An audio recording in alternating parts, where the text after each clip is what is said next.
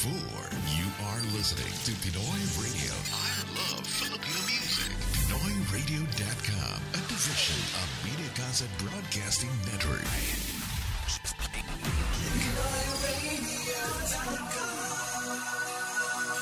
We would like to express that the opinions, views, comments, and suggestions of the host in this program are purely their own and do not reflect those of Pinoy Radio.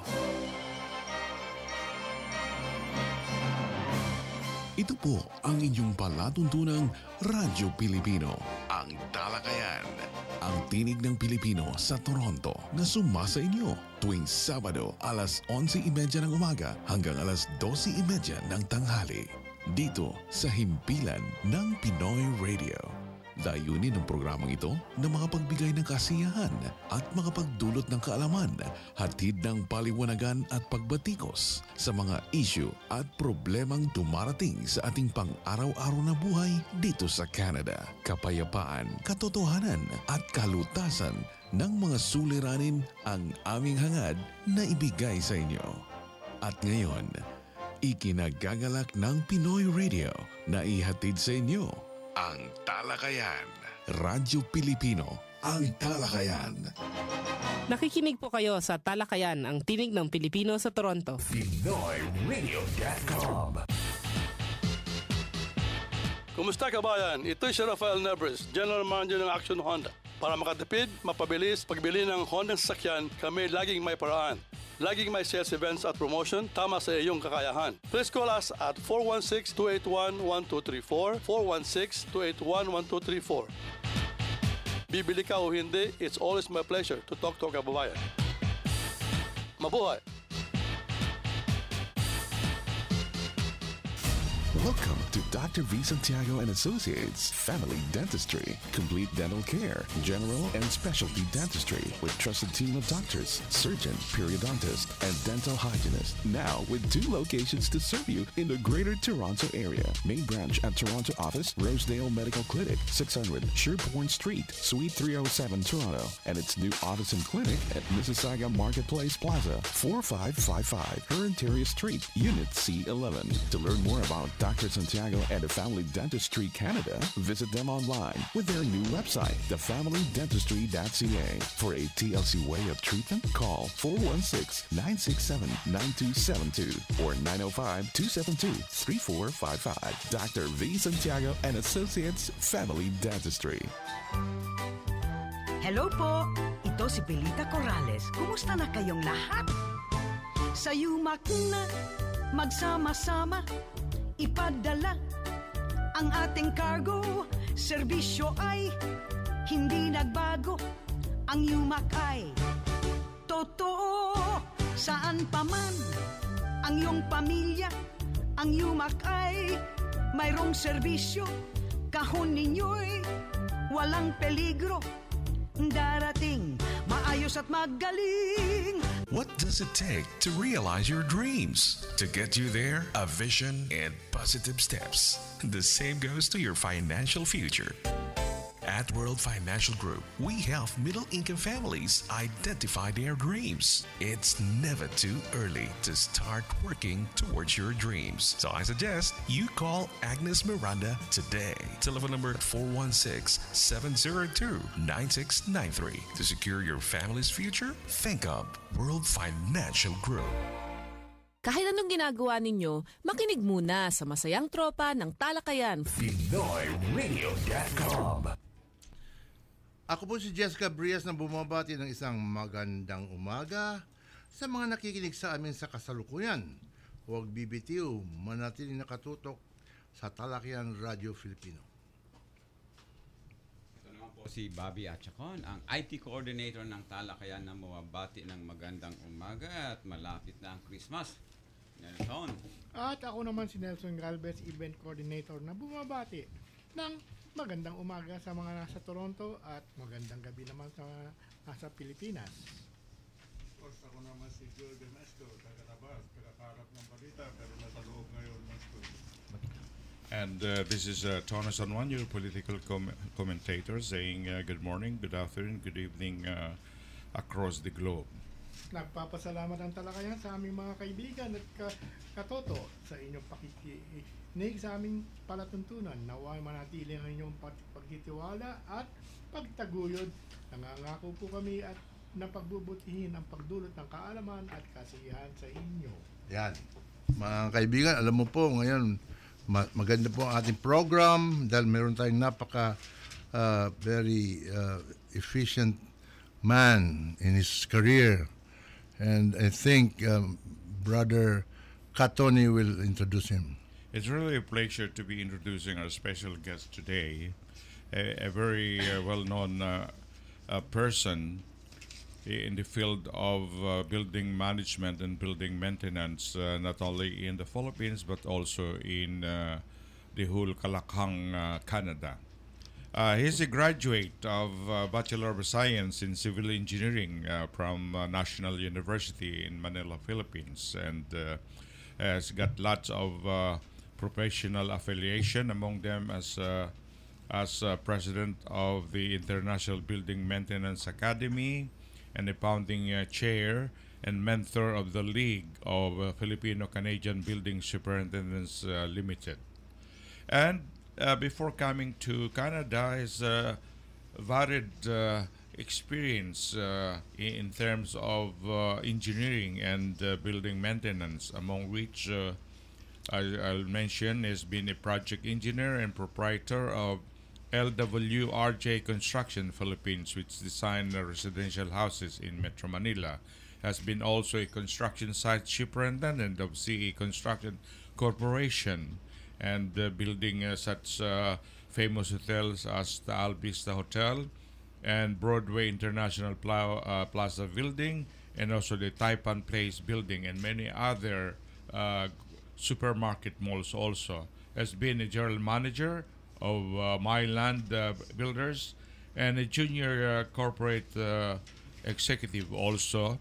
And in Canada, his experience has translated in terms of building management and building superintendent, catering to people who needs to have some assistance, and in terms of supervising their respective building structures, such as tall buildings or high-rise buildings. It's a pleasure to be introducing today, with executive experience in construction supervision management. The person that we'd like to interview today is Ricky Manrique, or full name is Federico A. Manrique, the president and CEO of International Building Maintenance Academy. Welcome, Ricky. Maraming salamat po at magandang umaga. Okay, and yeah, it's really a good day today dahil 3 degrees Celsius lamang. Kumbaga sa kwan ay mga 35 degrees. Okay, would you like to greet your listeners too, your viewers right now on real time and live stream? Yes, magandang umaga sa inyong lahat po. Ito po ay aking first time dito sa Pinoy Radio. And I have been staying mostly in the building maintenance industry. So we have a school in Scarborough that caters, that has a curriculum that is called the Building Maintenance Program, an accredited program by the Ministry of Training, Colleges and Universities. So this is a diploma program, first of its kind, only one in the country. I can say only one because I'm the author of the curriculum. So it's copyrighted under my name, and our copyright here in Canada is honored by 150 countries, including the Philippines and the United States. Yeah, thank you very much. And Jess would like to start. No, I don't have anything, but I have a very hypothetical question. Are you the son of Rick Manrique? The nephew, unfortunately, the nephew. I sing a different song. Yeah, It's not true. What I mean is, yeah, it's really Yes. nice to be. Yeah, so you could also sing. But I have a different time song. Oh, okay. Hindi Alright. Tagalog ang kinakanta niya. Ano. Kasi si Rick Manrique, yung Condiman King. Condiman King yun eh. Ngayon, ano to, rock? Rock Pang ba yan? Justin Bieber kasing time ko eh. Ganun ba ni rap at saka kuhan? Ganun ba yun? Bigyan mo ka kami sample, Rick. Kailangan may hawak akong bote. Anong klaseng bote yun? Anyway, nakalagay dun sa kuan mo na you you have made the building management program approved as a vocational program under the Private Career College Act 2005 at Wix. I was just wondering, what you have to do this kind of procedure, or it's the real procedure? It's actually because it's first. When I came in here in Canada in 2003, when I worked as a building superintendent, there was nothing. There was no education. People just go to the building to manage the building. Just imagine having a building. You're the owner of the building. You hired contractor, a lot of good engineers, different trades. And after the contractor left the site, who do you think will interpret what those engineers did? The owner just has the money, but they were not able to understand what are those components. Yeah. So that's why I wrote the curriculum for this. Yeah. So this curriculum is all about how managing the building, understanding all the codes, fire code, planning, etc. So is there are particular buildings here that you have that you are managing right now? Buildings like, you are in charge of this particular building when it comes to management, maintenance, and financial whatever. Yeah, because the absence of regulation, because this industry is until now unregulated, because the absence of regulation, every landlord, every owner has different responsibilities. So most building, the superintendent maintains the building. Sometimes they will have the rental agent, or sometimes they have the resident manager to take care of the rental inquiries, issue, collections. But the building superintendent makes sure that all the components in the building are working properly and in compliance with all the codes. So in other words, your school caters to certain individuals who have background perhaps, or a little background in management, in maintenance, and those things which are related to maintaining a building, whether it's a high-rise building or a residential building. So in other words, you are trying to target to professionalize the profession or the job itself, or the career itself, so that they will be also responsible and liable for certain codes that the government, regulates. Or that you are being you are supporting these people who are being hired as superintendent of the particular building. Not really, because as a college, we're not allowed to. We're given an admission requirement that we have to follow. So anybody can take the program. Oh, I even have a former students, 8 pastors of different churches here. I have doctors, lawyers. I even had a former cabinet minister from the Philippines. Oh. So it doesn't matter. It could be a girl, a guy. Doesn't matter. So, it's a college degree. So you're preparing them to become building superintendents, building managers. To understand the building, how it runs. Although they have some certain professions or careers from the Philippines or from other jurisdictions, then you are preparing them to go into the field of building management and building superintendent professions or jobs. Not only, this is the beauty of it. Even if you don't have a background, because if you have a background in maintenance or engineering in the Philippines, you will have some confusions because of the practice here is different, even the terms. So even there's no background at all, it's easier to learn because there will be no confusion. So talking about that, perhaps you can explain to us the courses engaged or involved when training them for such job. So the curriculum composes of around 29 subjects. Okay. So it's a long list, but the primary are the carpentry, the plumbing. When we say plumbing, for me it's water system, because in the building there are 5 different water systems that all of us maintenance guys has to understand, because every component of this has different compliance. So we have even appliance repair. We even have to understand what are bed bugs. Okay. So we also have to understand the compliance, like the fire code, the building code, the plumbing code, even the Sexual Harassment Act. I have to teach every student. Not to, To be able to function or to work on that profession or career, are there some limitations or restrictions, difference between the building maintenance operation staff and also the building manager, as well as the journeyman or tradespeople, shall we say? Because the absence of regulation, there is no specific. It depends on the landlord or the owner what will be your function. We have different names, but actually we're all the same. Like for example, when you are handling a residential property, you're sometimes called building superintendent or resident managers. But if you're handling commercial, you are called building operator. So that is the practice now. But there is no regulation yet. Ang tinatanong ko lang yung restriction and limitation. Kasi may building maintenance operative, or shall we say, then meron tayong mga journeyman or trade skill. Pagdating halimbawa sa electrical, yung ba ay pwedeng gawin? May sira halimbawa ang second floor ng high-rise building. Pwede bang gawin nyo ng building maintenance superintendent?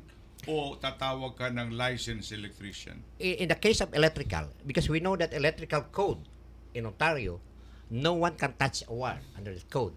Yeah. But fortunate for us, our curriculum, which was approved, it includes touching the wire. Okay. So our curriculum will let you know what is your parameter, up to what level you can do your job, and when you will call in the contractor. So the building superintendent only takes care of a minor one because there's so much activities. Okay. When it becomes a major one, he'll bring in a contractor. But there are different types of contractors that we're talking about here. So si Joe yata may tatanong. So you're Mr. Enrique, you're looking in the future that now you started this academy for maintenance, building maintenance. So do you think in the future all those applying for building maintenance will have to have a degree in building maintenance? That's what I'm pushing for. I'm dealing with some MPP to talk to them about the regulation, because it is unfair for the owners, especially condo owners. Even how much you take care of your own unit, if the facility of the building is not being taken care of properly, it's unfair for you. Now, if you have done licensing regulation, at least there will now be a qualification on which one to hire. Yeah, how do you describe your curriculum? Is it a 1-year program, a 2-year program, or 6 months program, and how long it be, and how is the scheduling of the classes, the courses? As of now, good question, sir. Thank you. As of now, the program is 80 hours. The classes are only being held once a week, Saturday or Sunday. So most of our students, when they go to the class, attended 2 sessions, I would endorse them to different companies so they can work full-time. Because normally the students in these classes are matured and family person. So they cannot afford to stay there for long at the school. They have to earn a living. Yeah. So all the students are working full-time in the building already. So when they come into the class, it's easier for them to learn because they're dealing with all those components already. How long is the class? It's only 2.5 months, 80 hours. 2.5. So let's say in a weekend, 2 hours, 3 hours. No, 8 hours straight. 80 hours. Yes, 2.5 months. I see. So if you say every Saturday, the class is for every Saturdays. So it's 10 sessions. That's 80 hours. And you have instructors to handle these classes. Yes, the instructors are all certified in accordance with the guideline of the ministry. Okay. Only certified instructor can teach. And did you go for certification? Wala bang sa ngayon? There is. It's through me. Because the guidelines that was approved by the ministry that goes along with the curriculum carries the qualification of the instructor. Okay.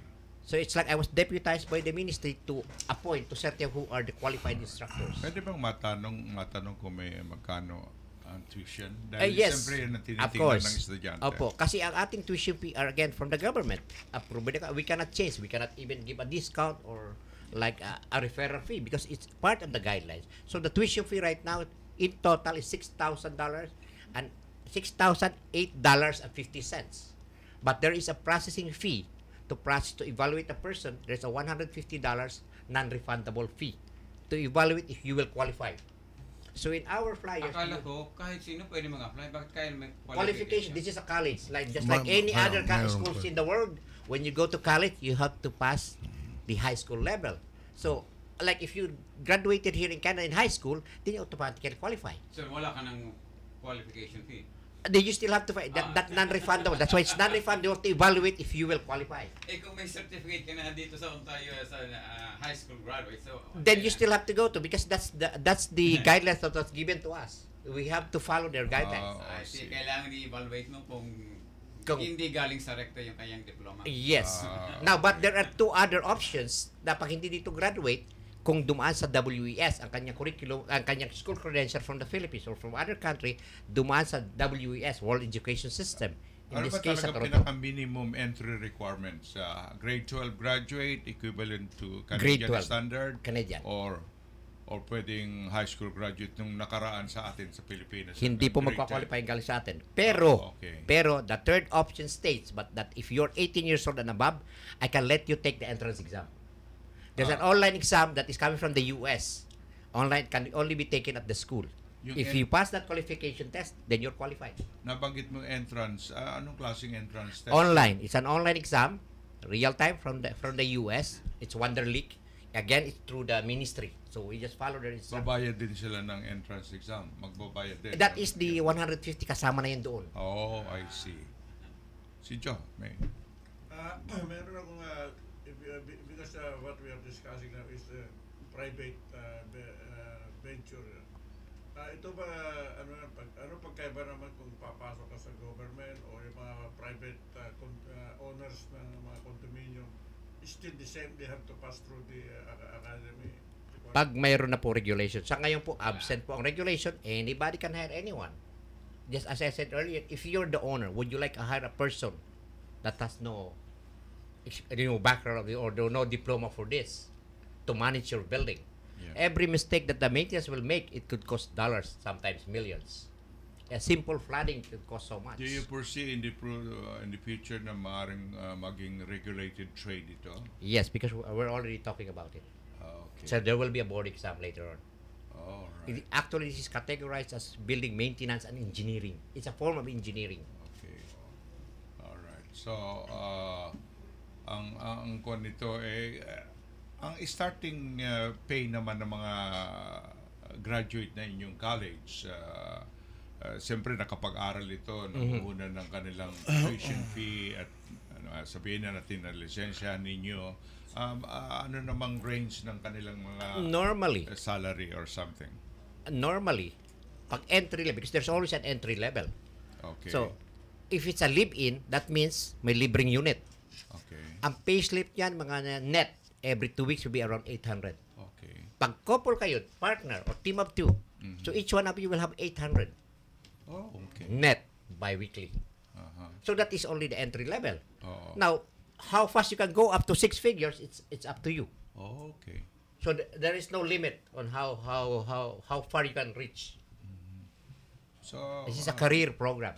Okay. So magandang incentive dito sa mga gustong maging building superintendent, di ba? Kailangan may patience ka dyan. Oo, may patience. Kasi kung and the correct attitude, sir. May public relations. Hindi, Dahil kasi kung live-in ka, anytime kakatok sa'yo, may nasira yung...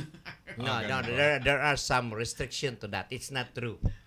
The super is not, because that's one of the misconceptions. The super is not always on duty. It's a rotational scheduling from the company. So, a lot of buildings nowadays, they don't even allow the tenants to knock on the super's unit because it's unfair for that family. They will move up. It's unfair, pero you cannot, qualify them out. Because but there is you're the super, so you just be talk, hey. Siguro, but there's always a customer service. You have to say it nicely. Okay. Now, I'm sorry. I'm not on call for tonight. It's the other one. Siguro kung emergency situation. Only emergency situation. Sumabog yung gripo mo or something. Siguro. Sumabog yung gas mo. Sumabog yung gas. Siguro. Sasabog na rin yung building. PR na rin ng building super. We have a lot of stories about those emergency every night. It's happening here in the city. Okay. How do you relate your school to prospective employers or prospective owners of buildings and apartments and structure? How do you relate your college? Nowadays, they come to us, introduce themselves because they're asking for people to manage for their property. And most of the time, these owners or landlords, it's important for them to have the right person. So it's a business. How can they buy another building or property to manage if they don't have the right person? Because if that person doesn't know the maintenance or the preventive measures, they will spend so much on the maintenance. Yeah, let's give Mr. Manrique a rest. So we'll go on to him. Patalastas muna po. Kumusta kabayan? Ito si Rafael Nebres, General Manager ng Action Honda. Para makatipid, mapabilis, pagbili ng Honda sasakyan, kami laging may paraan. Laging may sales events at promotion, tama sa iyong kakayahan. Please call us at 416-281-1234, 416-281-1234. Bibili ka o hindi, it's always my pleasure to talk to a kababayan. Mabuhay!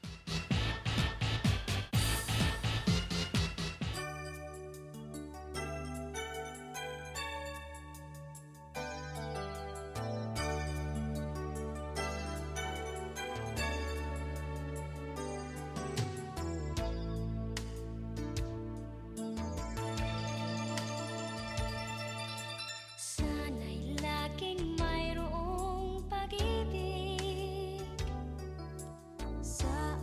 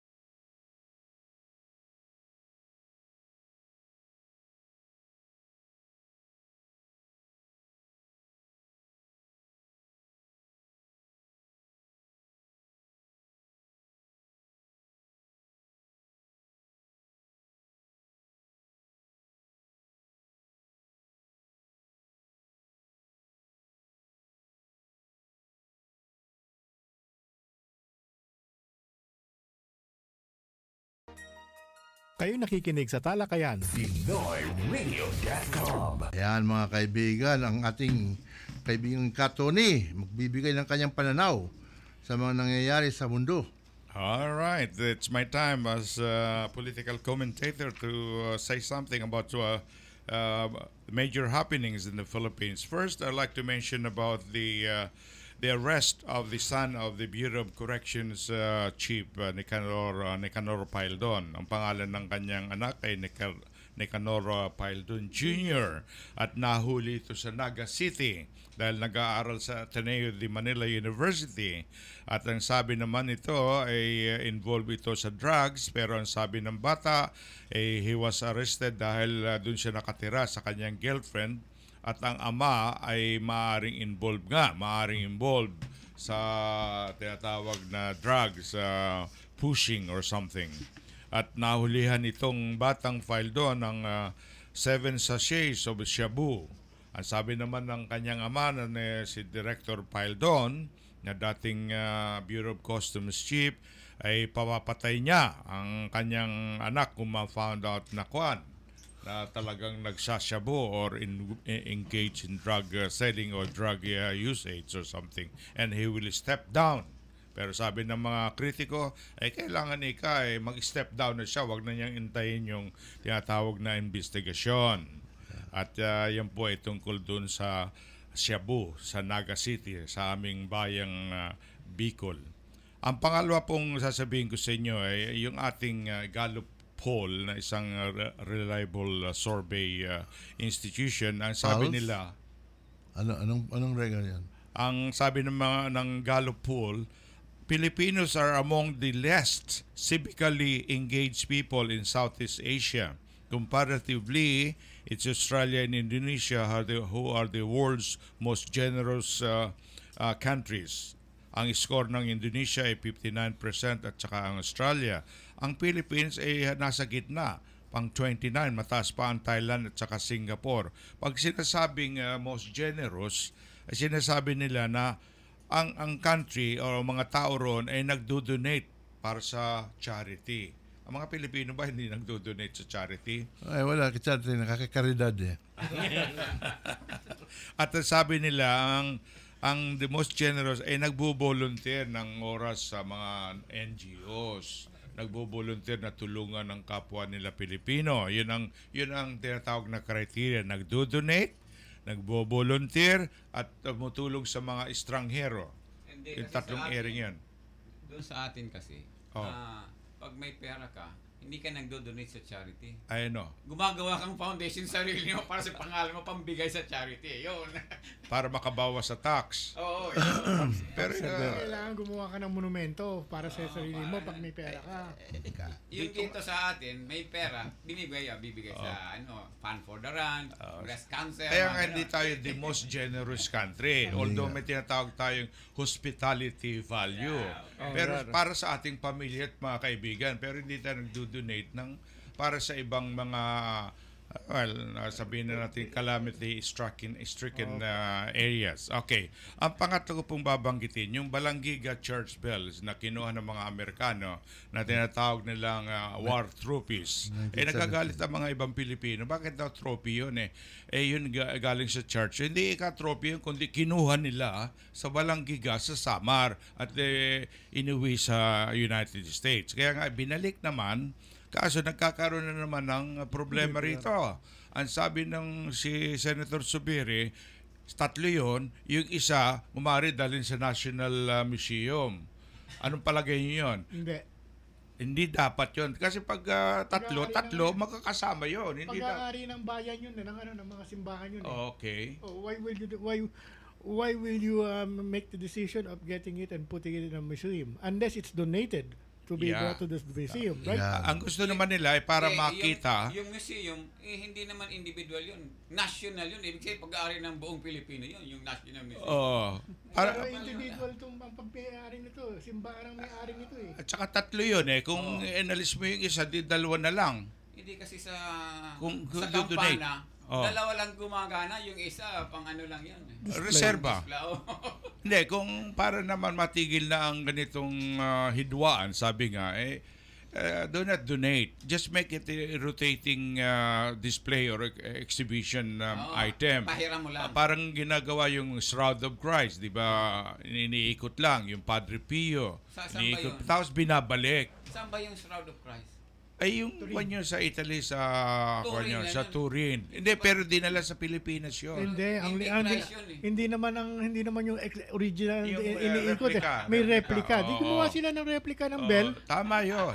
Pero kung i-donate mo ron, di wala yung tatlo. Anyway, yan ang pananaw ng mga ibang tao. Ang panghuli ko pong sasabihin ay yung ating budget, it was not approved.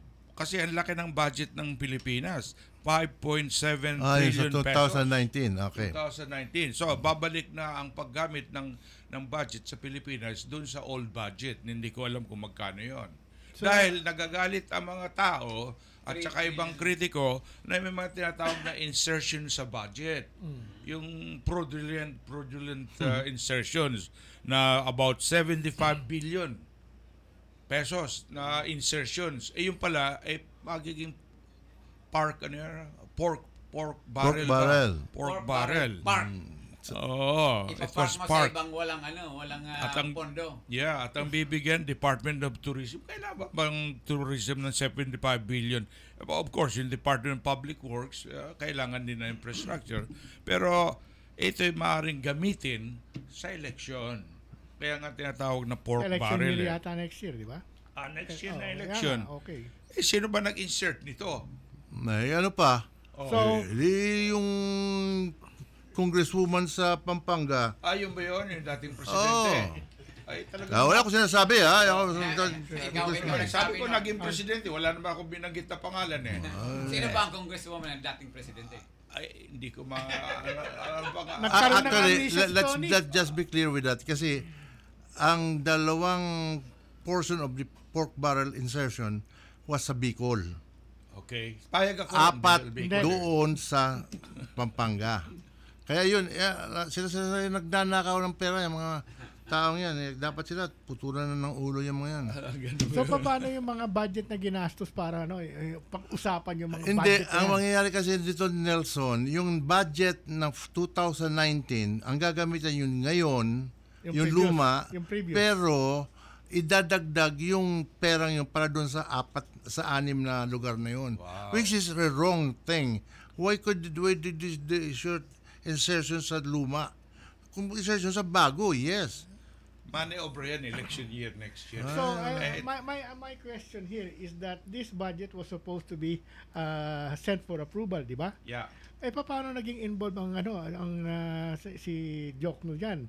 Hindi pa pala na-approve Hindi siya gumagawa ng budget eh. Tapos ang budget, piniprepare niya, binibigay sa Senado o sa Congress. It's up to Congress to approve or to at least discuss about the budget. So, ang sinasabi mo, kung 200 billion ang budget, ang breakdown nun, si Jokno ang gumagawa nun. Yeah. Tapos isasabi niya for approval. That's correct. So, sa Congress yun, sa Congress.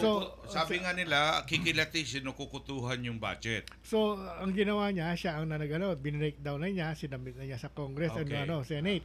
Okay. So, hindi sa Senate, sa Congress. Sa Congress. Kasama na rin ang Congress, kasama na rin Senado. Wala ang Senado. It starts from House of Representatives then to the Senate. But the problem was nahuli si Jokno si Lacson nahuli. Si Lacson. Pero ang yung kamag-anak ni Jokno ang nasali doon sa masali doon. Napasali doon. Mabilis pa lang mabilis ang pagkakilos. Kaya nga sabi mag-resign si Jokno. Na nadawit siya. Yun lang po ang pinag-usapan natin pananaw. At least we gonna go back to our guest. At si Bobby. Ako na pala muna. Ang Toronto Syndicated Network ay nagpapasalamat sa mga nakikinig sa amin for the past 15 years. Kayo po ang nagsilbing inspirasyon upang pagbutihin ang aming paggawa ng Talakayan Radio. Ayan, ay babalik tayo kay Rick Manrique Jr. Okay. Mr. Manrique.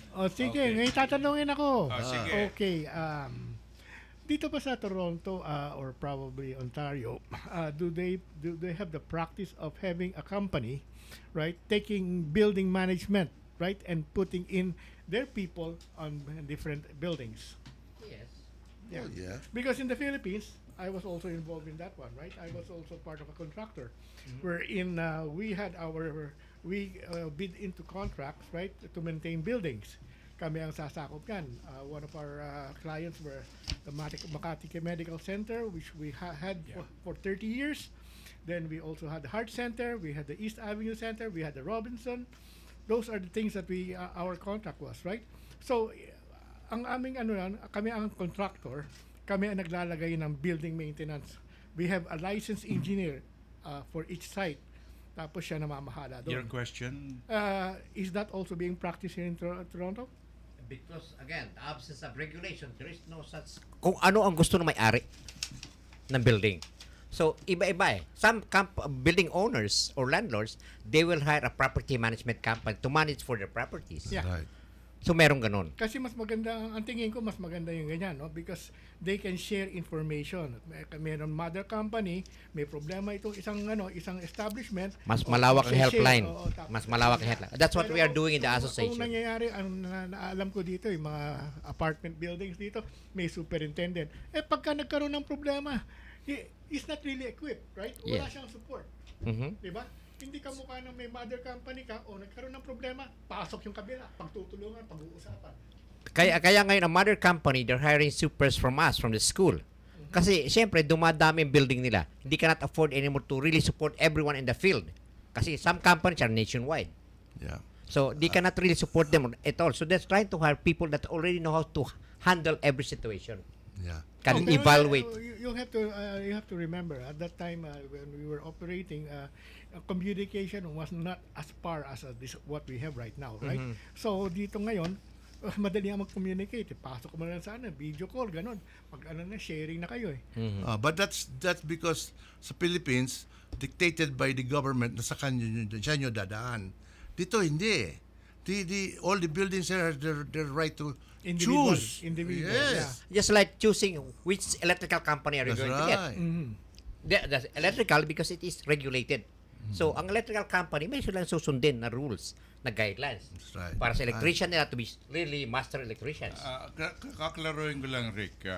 May tinatawag na property manager, may tinatawag na building superintendent. Ang building manager or property manager siyang namamahala doon sa superintendent, di ba? Yeah. Correct. At Whatever yung property manager, maaring naka-attach yun sa isang building company, may management company. Mostly, sir, ang property managing are handling multiple sites. Okay. Every site has their own superintendent. Okay. So, whatever the superintendent cannot handle, it will be endorsed to the property managers. Okay. So that's why property managers are trying to get as many as buildings as they have, because normally in their contract they will have a bonus system, like to any savings in the building, they have a part of it. But to become a property manager is different from becoming a building superintendent. That's two different industries. Two different positions. Like in the condominium industry nowadays, because it was already regulated, condominium. So the property manager in the condominium has to follow the guidelines, has to be licensed. That's right. But in the rental, hindi pa regulated. Okay. No, it's regulated na. Kaya lang hindi ma-enforce, hindi nila pwedeng diktahan ang property manager or owner. Ang trabaho is pa ganun eh. Hindi yung centralized eh.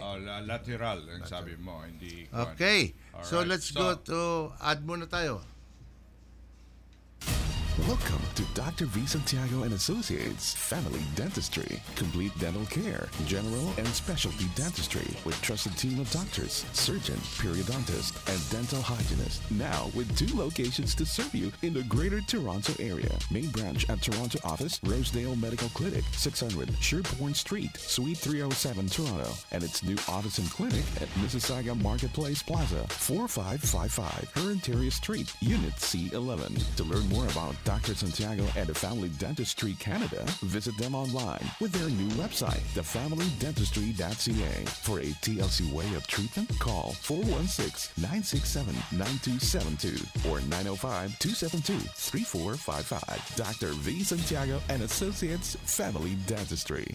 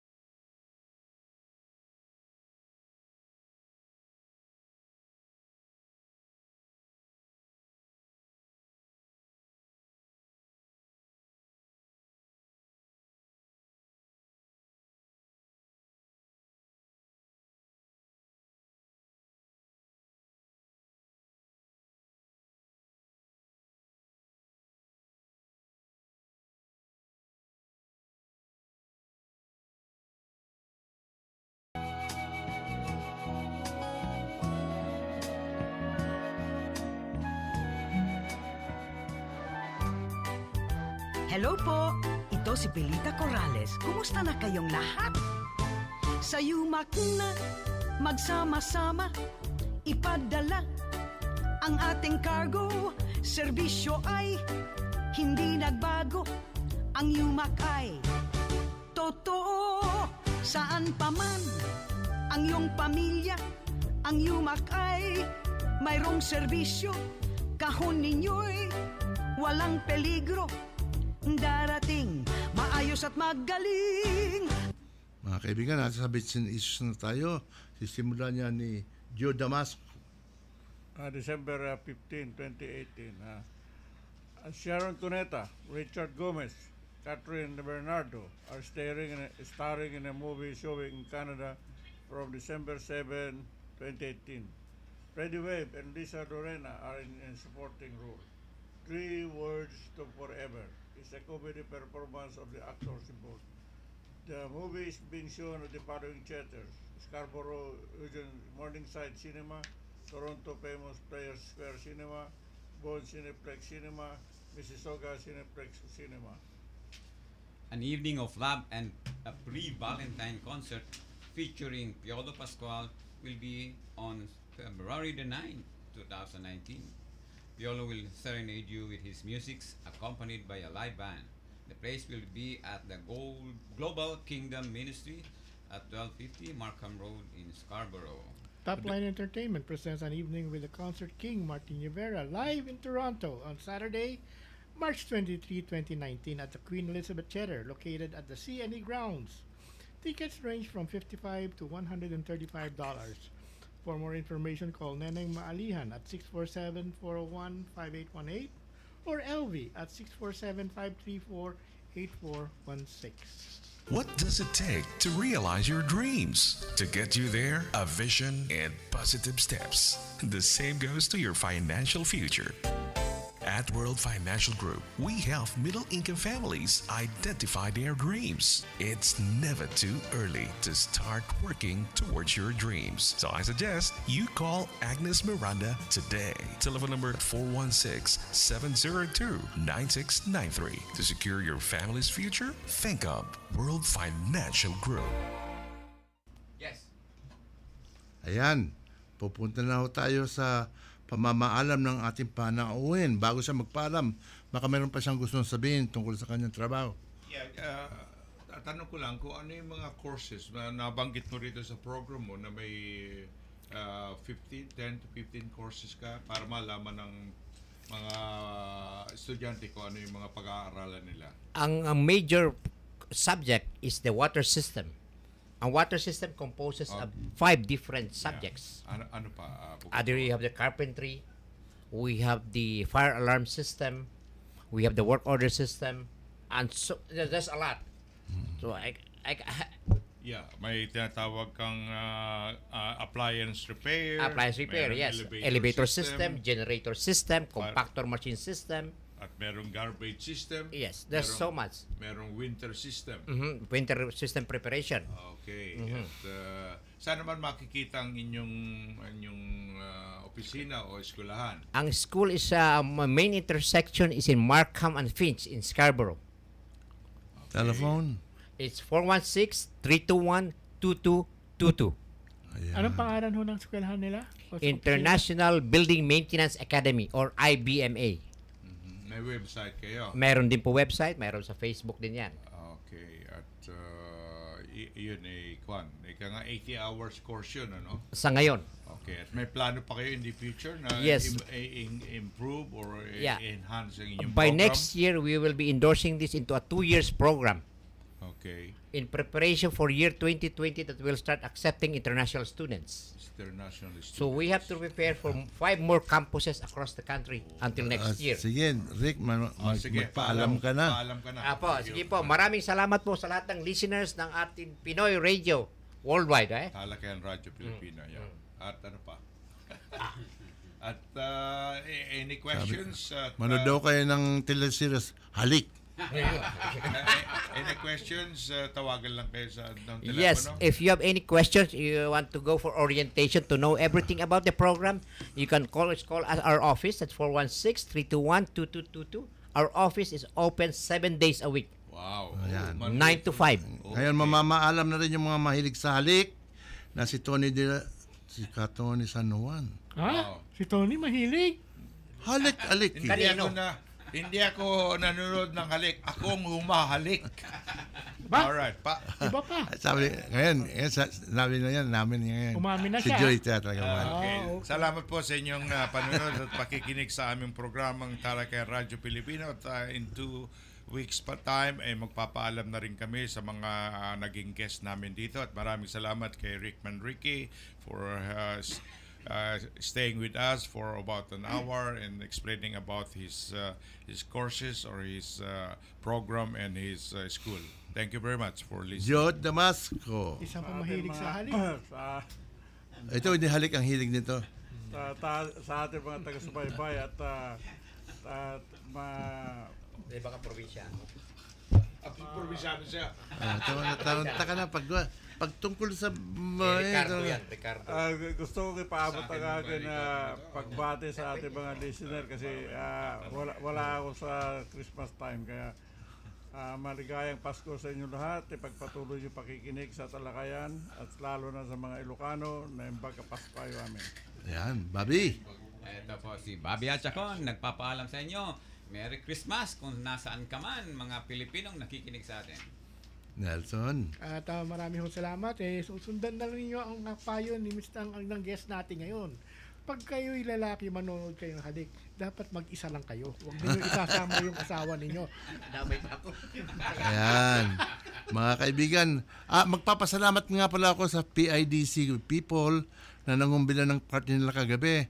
Masaya po ang naging party nila at kami po ay nasiyahan at nagpapasalamat sa inyo. Binaday kang aming katulong dito sa Talakayan at saka si Miss Laparo. Salamat po sa inyo, PIDC people. Hanggang sa susunod Sabado kami po ay namamaalam na. Ano man ang ibig niyong talakayan namin sa aming palatuntunan, tumawag lang po kayo sa 416-441-2887. Salamat at magandang umaga sa inyong lahat. Thank you for listening to Talakayan. PinoyRadio.com. The hours fade, the moments fly, and time never stands still. We now look into the pool of memories and pause a while in pious meditation to think of the things we did and did not do but should have done, and hope that in tomorrow we shall improve upon today. Good day, pleasant weekend, Diyos mabulos sa indong gabos. Inyong natungayan ang isa na namang pagtatanghal na ang programang Talakayan Radyo Pilipino hanggang sa susunod na Sabado para sa mga usaping napapanahon at mga ulat na dapat bigyan ng tuon. Talakayan Radyo Pilipino.